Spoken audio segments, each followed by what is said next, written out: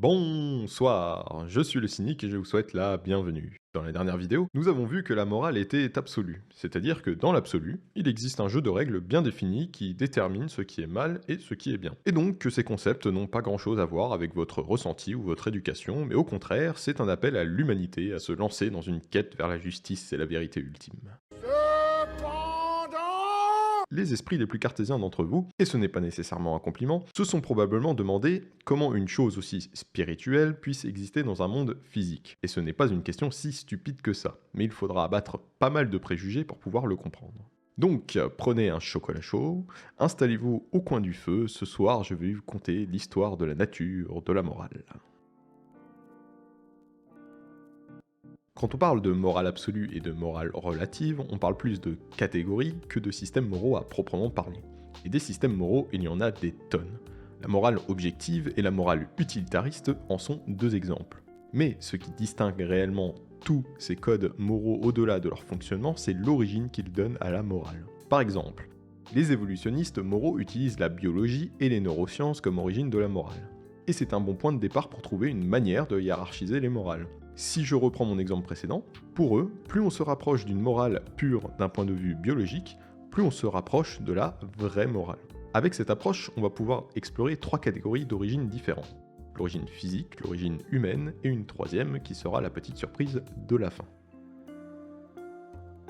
À première vue, on pourrait penser qu'une morale universelle serait d'origine physique, que cette morale serait écrite quelque part dans l'univers, qu'elle pourrait être décrite à l'aide de mathématiques. Sauf que la morale est une histoire de relationnel.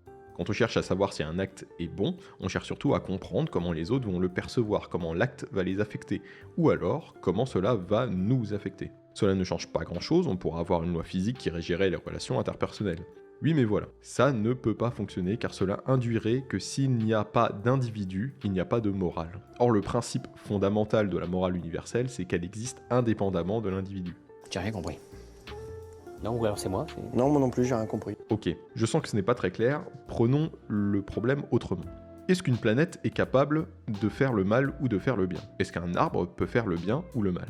Non, car cette capacité à faire le bien et le mal est liée à la conscience. Elle est elle-même liée à la capacité de choisir, au libre arbitre.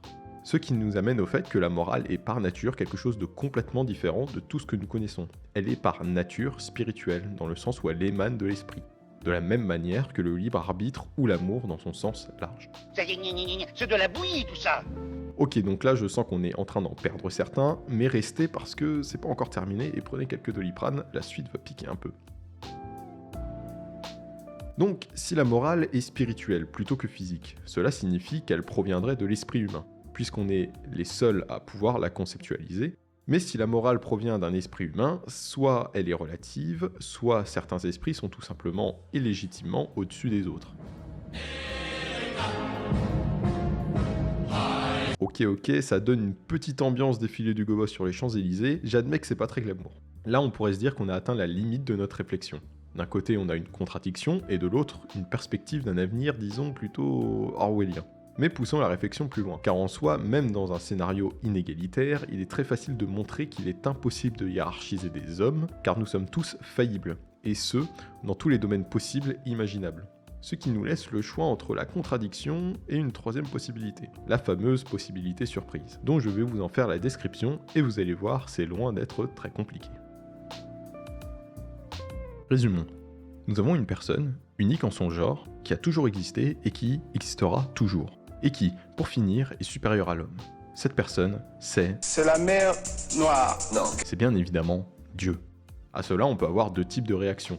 La première, c'est de tout rejeter en bloc et se dire que c'est vraiment n'importe quoi, sans vraiment y regarder à deux fois. La deuxième, c'est d'accepter la possibilité que oui, Dieu existe et ça peut valoir le coup d'aller y jeter un coup d'œil. C'est le choix le plus difficile, quoi qu'en dira Monsieur Nietzsche, parce qu'à la clé, il y a la perspective que toute votre vie doit changer et que vous avez eu tort sur toute la ligne. Moi, vous? Non, c'est... Néanmoins, en faisant cela, vous répondez à cet appel de la vérité, et cela ne peut être couronné que d'une vie plus juste. En cela, vous faites le choix de la foi. Parce que le débat sur l'existence de Dieu a toujours et sera toujours un débat stérile. C'est un jeu du chat et de la souris, où les uns amènent des démonstrations et les autres amènent des objections. Mais comme la connaissance humaine est limitée, on ne pourra jamais avoir une démonstration finie et irrévocable. La foi, finalement, c'est juste avoir fait le choix de ne pas se borner à ce que l'on voit et à ce que l'on comprend, mais d'être en quête de vérité, même si ça nous fait souffrir, même si c'est inconfortable, et même si parfois ça nous paraît franchement absurde. Et ce n'est que comme ça que vous pourrez vous retrouver seul, face à votre créateur, pour lui poser cette ultime question: quel est le sens de la vie? Et en ça, vous faites le bien. C'était le cynique. Salut.